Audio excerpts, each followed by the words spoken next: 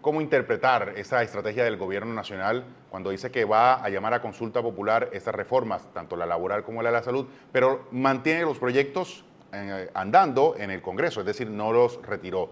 Quizá podría interpretarse como una forma de presionar a los congresistas para que debatan el próximo martes la reforma laboral allí en la Comisión Séptima de Senado. Bueno, lo primero es que es como una especie de combinación de las formas de lucha.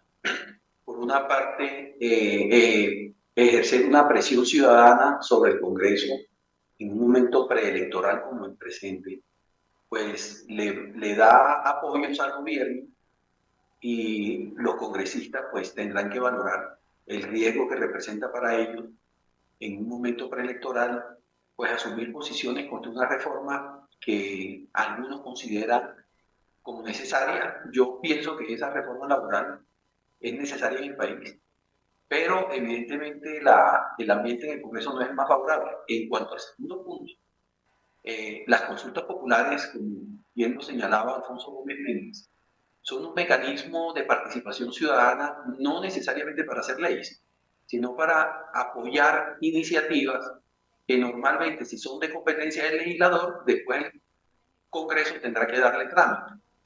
Y en este sentido, digamos, una reforma tan técnica como esta, muchos analistas y expertos consideran que es bueno convocar al pueblo para que exprese su voluntad, pero cuando son temas que tienen componentes técnicos de alta complejidad, pues el escenario adecuado es el Congreso, donde puedes hacer deliberaciones más profundas. Cuando tú estás frente a una tarjeta, lo que dice sí o no, y realmente el debate anterior es un debate más dado al populismo que entre actores altamente calificados, como se da en el debate parlamentario, donde llegan los congresistas con sus asesores, reciben informes y apoyos técnicos de centros de pensamiento, universidades, expertos en los temas, y la calidad de la deliberación pública, digamos, es una garantía para un buen ejercicio democrático y una mejor toma de decisiones.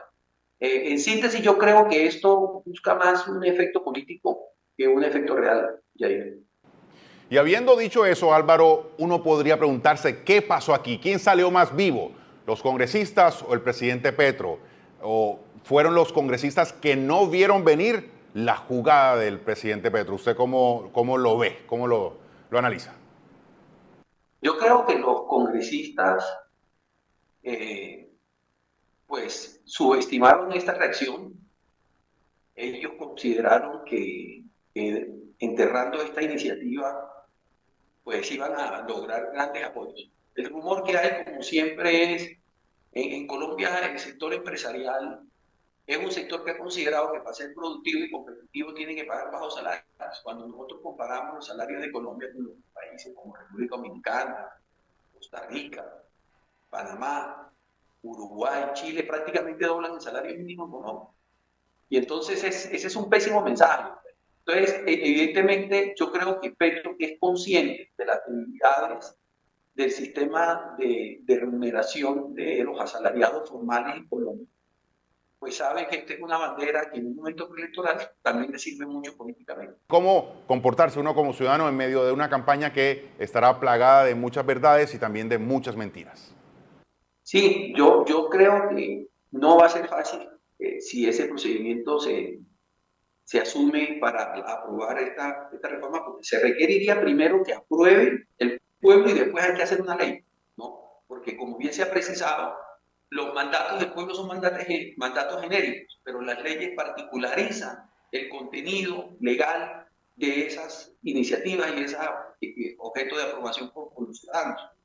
Pero pensaría que no va a ser fácil, digamos, en un momento como este, con tensiones internacionales, con problemas internos, el problema del Catatumbo, el problema en el sur del país, el bajo crecimiento económico, el ambiente preelectoral, no va a ser fácil. Y en todo caso, yo diría que de convocarse esta consulta, las posibilidades de éxito que tiene son pocas. En parte porque en Colombia, digamos, los electores, sobre todo las grandes ciudades, pues estos responden a una serie de lógicas que son muy particulares, ¿no? A veces votan masivamente, a veces no lo hacen. El plebiscito por la paz se perdió precisamente porque el voto, particularmente en grandes ciudades de la costa, fue muy bajito. Bueno, también hubo un evento climático. Entonces, son muchos los factores que entran en juego, indicarían que llegar a esa tasa de participación de 13 millones y 300 mil votos aproximadamente no va a ser nada fácil. No veo en el gobierno tampoco gente con los discursos y la capacidad, digamos, de convencer, ni los apoyos suficientes en los sectores empresariales, en los sectores gremiales, y una reforma en estas condiciones y con un clima político tan enrarecido como el que tenemos en Colombia, veo difícil su aprobación.